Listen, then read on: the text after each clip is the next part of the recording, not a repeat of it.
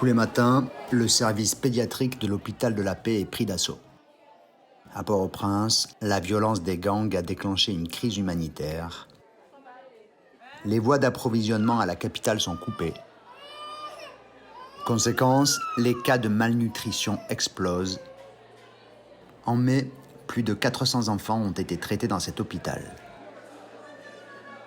Prince Lee, 1 an et demi, pèse moins de 7 kilos.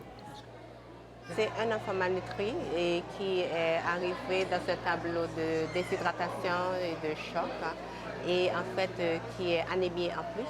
Donc il a 18 mois mais qui a le poids d'un enfant de 3 mois à 5 mois on va dire. Elle est en danger, elle doit subir une deuxième transfusion. Sans le sang avec son anémie sévère, elle risque de ne pas s'en sortir.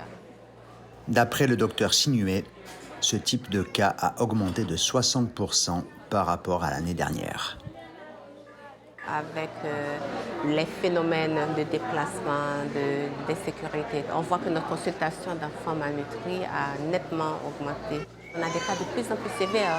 On a vraiment des déviations qui sont critiques et qui sont le plus souvent associées à des pathologies, genre pulmonaires, cardiaques et articulaires.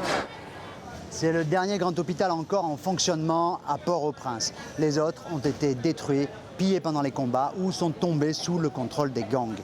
Celui-ci s'en retrouve surchargé et il fonctionne à effectif réduit car en raison de l'insécurité, seuls 40% des employés parviennent à s'extraire de leur quartier en guerre afin de se déplacer pour venir travailler ici.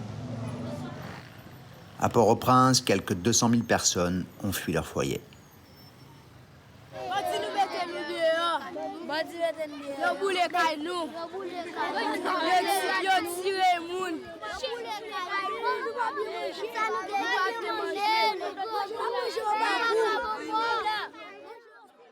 « 2300 déplacés ont trouvé refuge dans cette école de l'ouest de la ville. Voilà bientôt 1 an que Norzila vit ici avec sa famille. Rodrigo, son petit-fils, est né il y a 6 mois.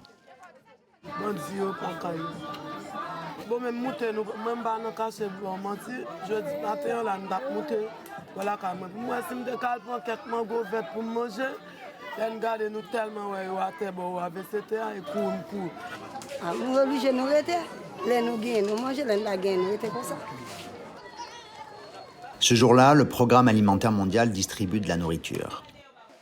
L'agence onusienne a servi plus d'1 million de repas depuis le début de l'année. Mais d'après son directeur en Haïti, la situation reste très critique. Haïti n'est pas à risque d'être oublié. Haïti a été oublié. Les taux de malnutrition qu'on observe dans certaines communes de Port-au-Prince dépassent les taux d'urgence, dépassent le taux critique et sont comparables à des taux qu'on observe dans des pays en guerre. Les problèmes continuent, les prix ont augmenté, les gens n'ont pas de revenus. Il faut poursuivre cette assistance dans un pays où la moitié de la population est en insécurité alimentaire. Aujourd'hui, 5 millions d'Haïtiens souffrent de la faim.